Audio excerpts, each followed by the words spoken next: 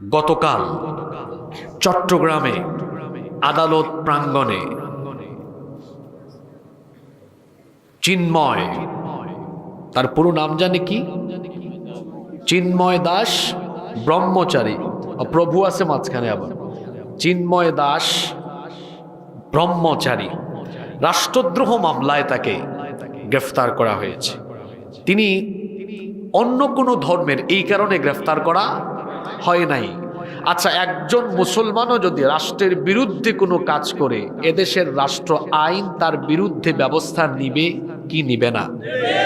গত 15 বছর আমরা দেখেছি আলেমদেরকে মিথ্যা মামলা দিয়ে রাষ্ট্রদ্রোহী ট্যাগ লাগিয়ে তাদেরকে মিথ্যা মামলায় জেলে ঢুকানো হয়েছে।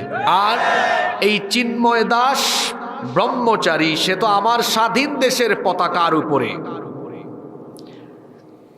আরএসএস এর গুন্ডা বাহিনী দ্বারা পরিচালিত, ভারতীয় র দ্বারা পরিচালিত আন্তর্জাতিক জঙ্গিবাদী সংগঠন ইসকনের গেরুয়া পতাকা উড়িয়ে বাংলাদেশের সবুজ এবং লাল পতাকার সাথে গাদ্দারি করেছে। এজন্য তাকে গ্রেফতার করা হয়েছে। কিন্তু এই উগ্রবাদী চরমপন্থী সংগঠন ইসকন এবং তার সদস্যরা, তার অনুসারীরা গতকাল আদালত প্রাঙ্গণে যে ঘটনাটি তারা ঘটিয়েছে, এটা আমাদেরকে অত্যন্ত মর্মাহত করেছে। অ্যাডভোকেট সাইফুল ইসলাম আলিফ,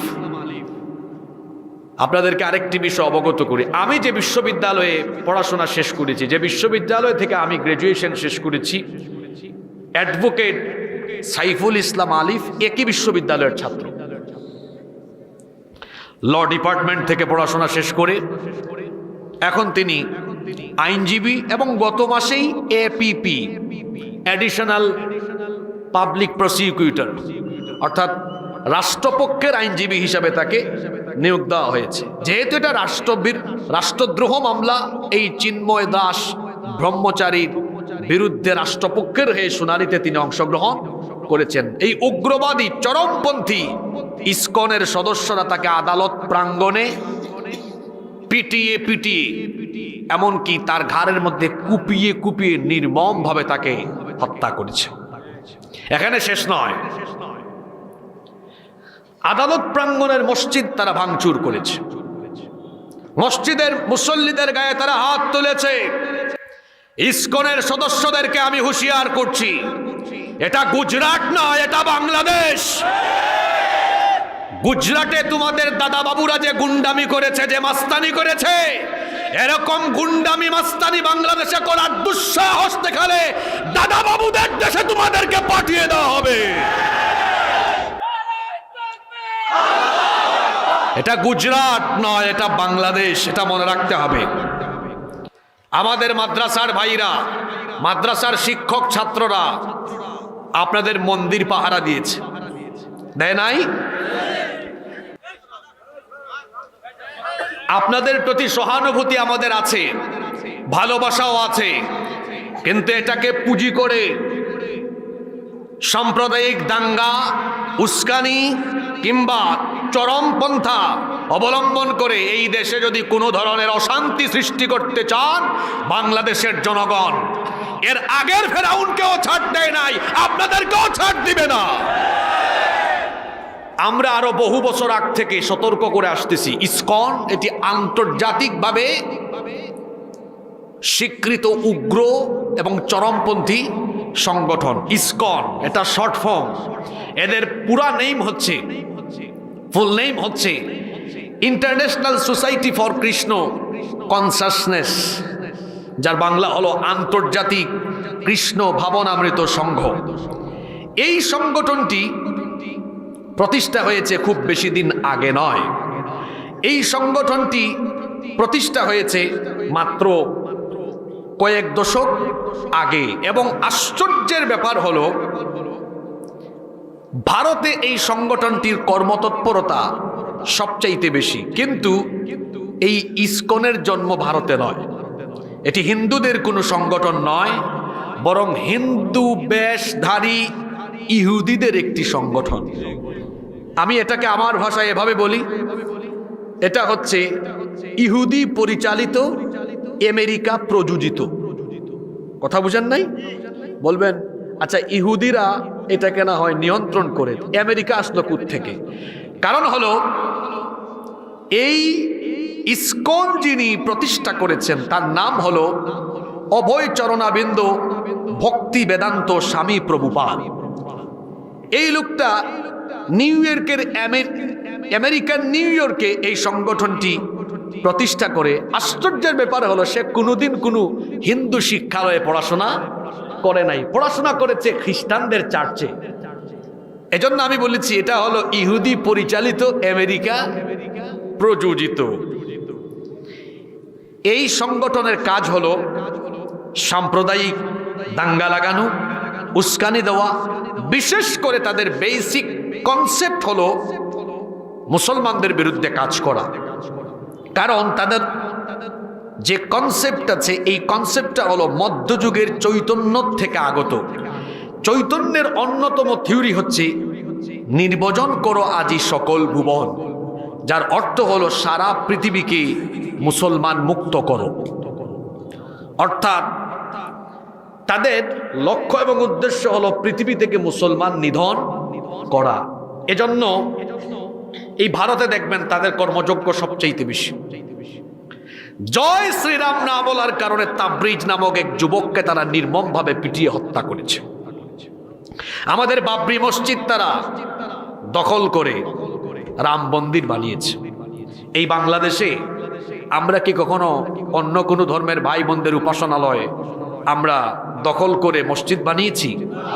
এটা আমাদেরকে ইসলাম শেখায় না। কিন্তু উগ্রবাদী এই সংগঠন ইসকন তারা বিভিন্ন জায়গায় এ ধরনের কর্মযজ্ঞ অতীতে চালিয়েছে, এখনো তারা করছে। এমনকি সনাতনী হিন্দুদের জায়গা জমি ঘর বাড়ি দখলের অভিযোগ, তার পাশাপাশি যৌন নিপীড়নের অভিযোগও তাদের বিরুদ্ধে বিভিন্ন সময়ে রয়েছে। যেহেতু এটি একটি উগ্রবাদী সংগঠন, সেজন্য বিশ্বের প্রায় অনেকগুলো দেশে এই সংগঠন নিষিদ্ধ রয়েছে।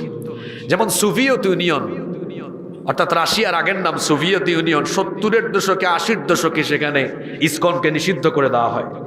তারপরে চীনে ইসকনের কর্মকাণ্ড নিষিদ্ধ, মালয়েশিয়াতে নিষিদ্ধ।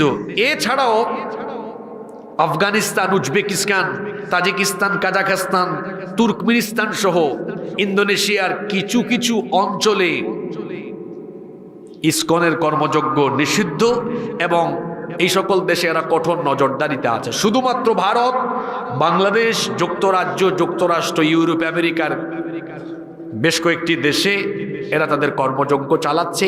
ইহুদিরা এদেরকে উপর থেকে নিয়ন্ত্রণ করে।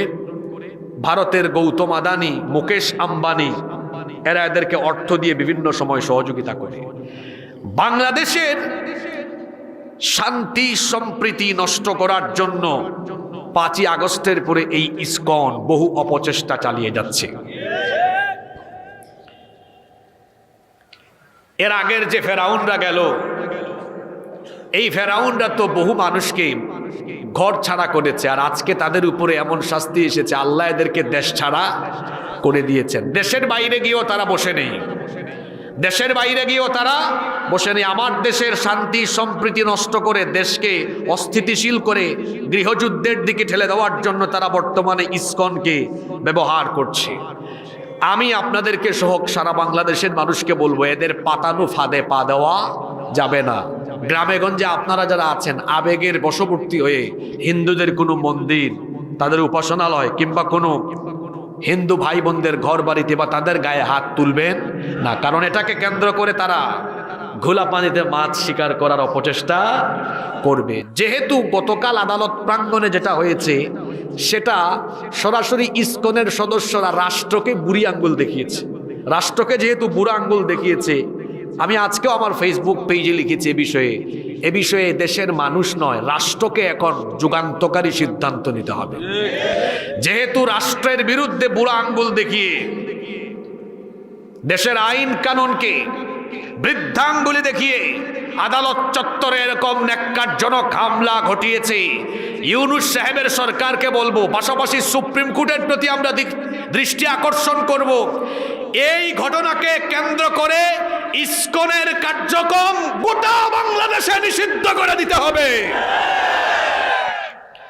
যদি ইসকনের কার্যক্রম গোটা বাংলাদেশে নিষিদ্ধ করে দেওয়া না হয়, 5ই আগস্টের আগে যেভাবে ছাত্র জনতা ঐক্যবদ্ধ হয়ে দেশের স্বার্থে ভূমিকা রেখেছে, যদি সরকার এই সিদ্ধান্ত নিতে দেরি করে, তাহলে ছাত্র জনতা আবার ঐক্যবদ্ধ হয়ে সরকারের বিরুদ্ধে ভূমিকা রাখতে বাধ্য হবে। আমরা সরকারকে বলবো, আমরা শান্ত থাকব, স্থির থাকব, আমরা কেউ বিশৃঙ্খলা ঘটাবো না। আপনারা রাষ্ট্রীয়ভাবে যদি যুগান্তকারী সিদ্ধান্ত নেন, আমরা আপনাদেরকে সহযোগিতা করব, ঠিক না বেঠিক? এজন্য আমরা দাবি করব, এই কুখ্যাত জঙ্গিবাদী, উগ্রবাদী, চরমপন্থী সংগঠন ইসকনকে বাংলাদেশে নিষিদ্ধ করে দেওয়া হোক। আপনারা মনে হয় চান না ইসকনকে নিষিদ্ধ করা হোক? আপনারা চান কি চান না? সরকারকে বলবো, অনতি বিলম্বে ইসকনকে বাংলাদেশে প্রজ্ঞাপন জারি করে নিষিদ্ধ করে দেওয়া হোক।